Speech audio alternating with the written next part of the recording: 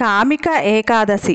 కామిక ఏకాదశి విశేషాలు శ్రీకృష్ణ ధర్మరాజుల సంవాద రూపంలో బ్రహ్మవైవర్త పురాణంలో వివరించబడినాయి. దేవదేవ శ్రీకృష్ణ దేవసేన ఏకాదశి మహిమను నీ నుండి నేను విన్నాను. ఆషాఢమాసంలోని కృష్ణపక్షంలో వచ్చే ఏకాదశి మహిమను ఇప్పుడు నేను వినగోరుతున్నాను. దయచేసి దాని మహిమను నాకు చెప్పవలసినది అని ధర్మరాజు శ్రీకృష్ణుని అడిగాడు. దానికి ప్రత్యుత్తరముగా శ్రీకృష్ణుడు ధర్మరాజుతో, రాజా, సమస్త పాపాలను నశింపజేసే ఈ ఏకాదశి వ్రత వర్ణనను సావధానంగా విను. పూర్వకాలంలో నారదుడు ఒకమారు ఇదే విషయాన్ని బ్రహ్మదేవుని అడుగుతూ ఆ రోజు ఆరాధించవలసిన దైవం గురించి, ఆ ఏకాదశి రోజున ఆచరించవలసిన విధిని గురించి ప్రశ్నించాడు అని అన్నాడు. అఖిల జగద్గురుడగు బ్రహ్మ అప్పుడు సమాధానం చెబుతూ, ఆషాఢమాసం కృష్ణపక్షంలో వచ్చే ఏకాదశి పేరు కామిక ఏకాదశి. ఈ ఏకాదశి మహిమను వినడం ద్వారా మనిషి వాజపేయ యజ్ఞ నిర్వహణ ఫలితాన్ని పొందుతాడు. ఆ మంగళమయమైన రోజు మనిషి శంఖచక్ర గదా పద్మధారి అయిన విష్ణువును ఆరాధించాలి.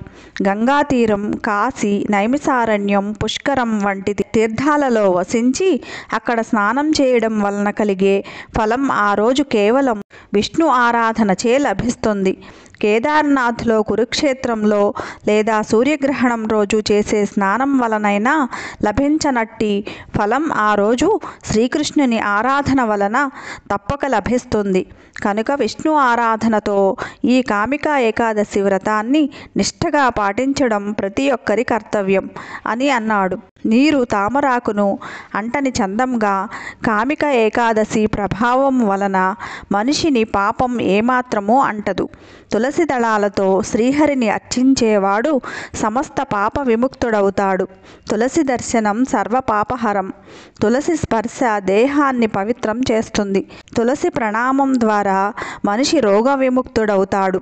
తులసికి స్నానం చేయించడం ద్వారా మనిషికి యమరాజు భయం పోతుంది. తులసి మొక్కను నాటడం ద్వారా మనిషి శ్రీకృష్ణునితో కలిసి జీవించే భాగ్యాన్ని పొందుతాడు.